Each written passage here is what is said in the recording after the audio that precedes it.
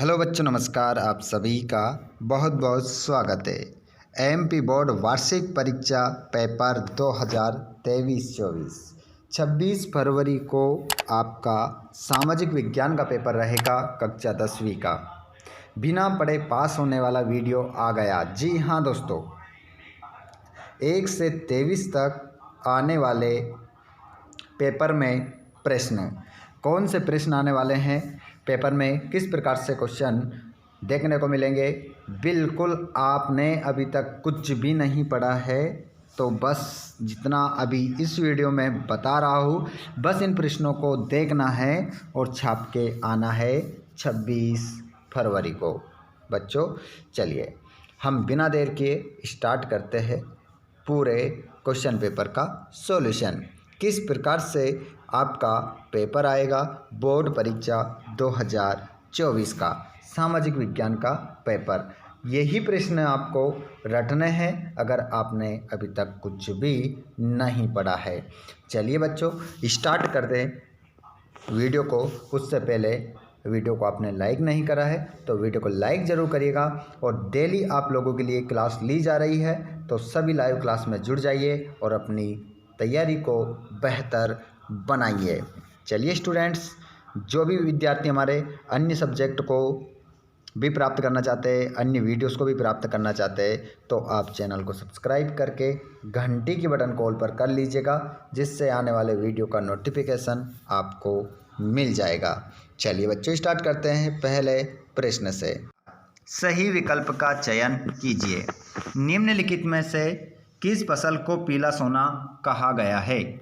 तो पहला क्वेश्चन है आपकी स्क्रीन पर कि निम्नलिखित में से किस फसल को पीला सोना कहा गया है। तो यहाँ पर आपका जो आंसर होगा वो होगा सरसों। सरसों आपका करेक्ट आंसर होगा। अगला प्रश्न है आपका, पूर्वी तट पर स्थित पत्तन जो अंतःस्थानीय तथा अधिकतम गहराई का पतन है। तो यहाँ पर आपका जो आंसर होगा बच्चों वो होगा, प्रश्न नंबर दूसरा है, पूर्वी तट पर स्थित पत्तन जो अंतःस्थानीय तथा अधिकतम गहराई का पत्तन है।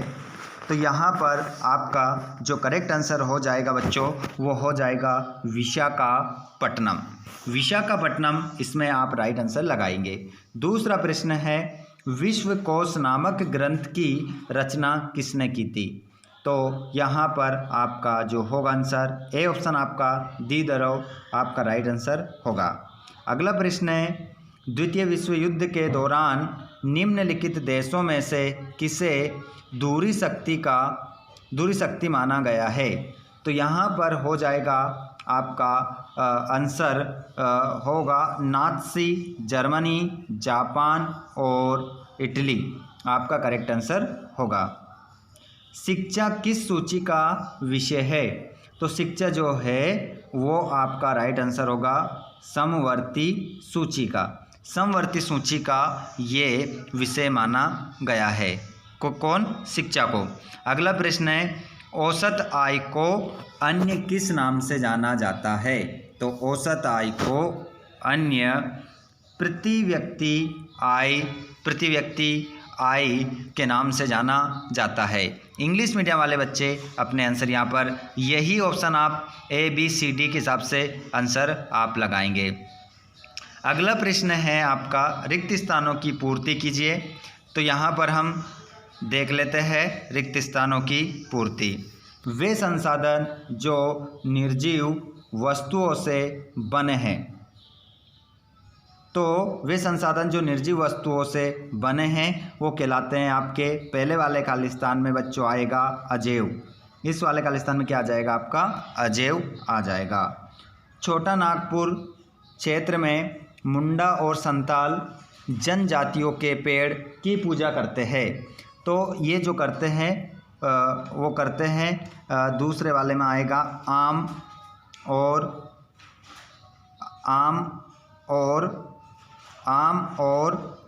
बरगद है ना, लिख लीजिएगा। तीसरा, भारत के रसायन उद्योग का एशिया महाद्वीप में स्थान है।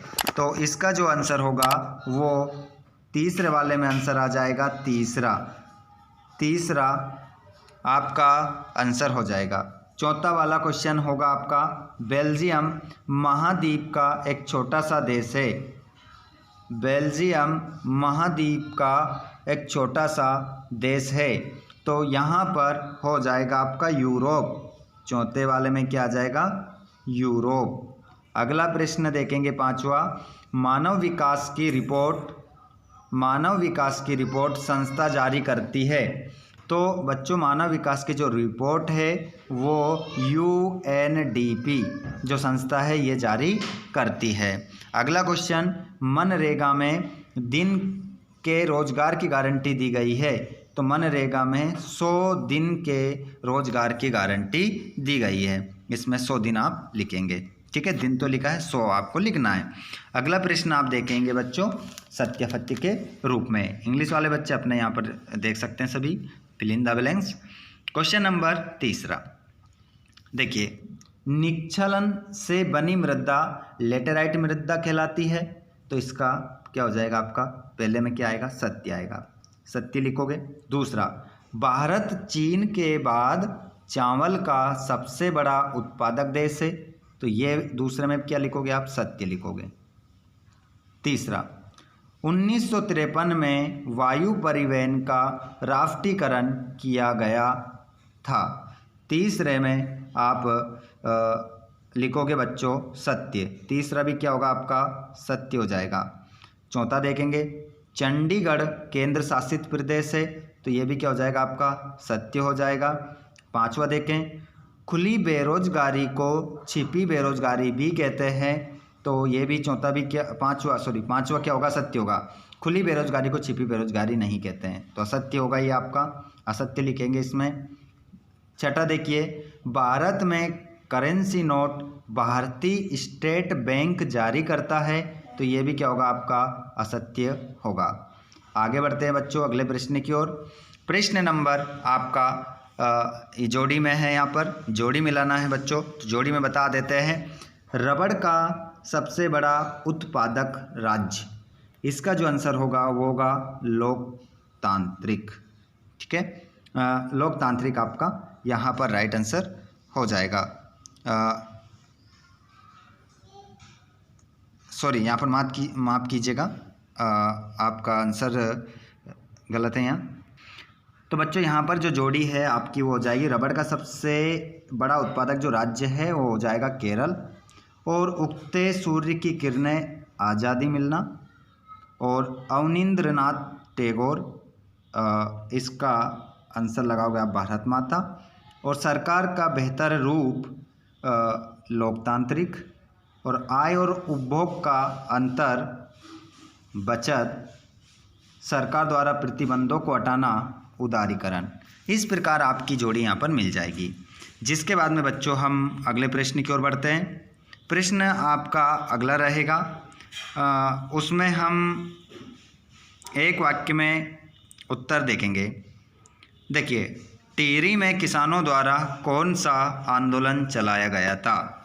तो देखिए, टिहरी में किसानों के द्वारा जो आंदोलन चलाया गया था वो आंदोलन था बीज बचाओ आंदोलन चलाया गया था। अगला प्रश्न, हौज खास का निर्माण किसने कराया था? तो हौज खास का जो निर्माण था बच्चों वो कराया था इल्तुतमिश, लिख रहा हूँ यहाँ पर, इल्तुतमिश ने कराया था, ठीक है, इल्तुतमिश। अगला प्रश्न देखेंगे तीसरा, भारत का कौन सा नगर इलेक्ट्रॉनिक उद्योग की राजधानी है? तो आंसर क्या हो जाएगा? बेंगलुरु आपका उत्तर हो जाएगा। अगला प्रश्न है चौथा, भूमध्य सागर के पूर्व में स्थित देशों को क्या कहते हैं? तो उसे हम कहते हैं प्राच्य। अगला प्रश्न, नई आर्थिक नीति कब लागू की गई? तो 1991। अगला प्रश्न छठा वाला, बहुराष्ट्रीय कंपनियों द्वारा किए गए निवेश को क्या कहते हैं? तो बच्चों इसको कहते हैं हम अंतर्राष्ट्रीय निवेश। अंतर्राष्ट्रीय निवेश इसे कहते हैं। ठीक है, जिसके बाद में बच्चों आप अगले प्रश्न को देखोगे। यहाँ पर छठा, एजेंडा 21 क्या है, इसके मुख्य उद्देश्य लिखिए। अथवा का देखोगे तो प्रश्न मिलेगा आपको, संसाधनों के प्रति दोहन से उत्पन्न हुई कोई दो समस्याएं लिखिए। और पारिस्थितिक तंत्र किसे कहते हैं, और वन्य जीव संरक्षण अधिनियम में संकटग्रस्त जातियों को बचाने हेतु कोई दो कानूनों को लिखिए। बच्चों यहाँ पर आप देख सकते हैं सभी प्रश्नों के आंसर आपको मिल जाएंगे, लेकिन यहाँ पर जो क्वेश्चन देख रहे हैं आप, ये क्वेश्चन 2-2 नंबर के और 3-3 नंबर के क्वेश्चन आप स्क्रीन पर देख रहे हैं, हिंदी एंड इंग्लिश वर्जन में आप ये यहाँ पर देख रहे हैं। बच्चों ये जो प्रश्न है, अगर इनमें से जो भी प्रश्न का उत्तर आपको चाहिए आप कमेंट करके बता दीजिएगा। अगर ये पीडीएफ चाहिए आपको तो भी कमेंट करके बता देना। ये पीडीएफ हम आप लोगों को देंगे टेलीग्राम चैनल पर। हमारा जो टेलीग्राम चैनल है उसकी लिंक जो है हमने डिस्क्रिप्शन में दे रखी है, आपको मिल जाएगी। वहाँ से टेलीग्राम को ज्वाइन कर लो बच्चों। ज्वाइन करने के बाद आपको पीडीएफ आंसर मिल जाएंगे, जिससे आप अपनी तैयारी को बहुत ही बेहतर कर सकते हैं। तो अपने सभी दोस्तों को शेयर कर दीजिएगा। साथ ही साथ आप इस वीडियो को कहाँ से देख रहे हैं और आपका नाम क्या है, कमेंट बॉक्स में ज़रूर लिखिएगा। और चैनल को सब्सक्राइब कर लीजिएगा और घंटी बटन कॉल पर कर लेना बच्चों, ताकि आपको आने वाले वीडियो का नोटिफिकेशन मिल सके। धन्यवाद। Thanks for watching. जय हिंद।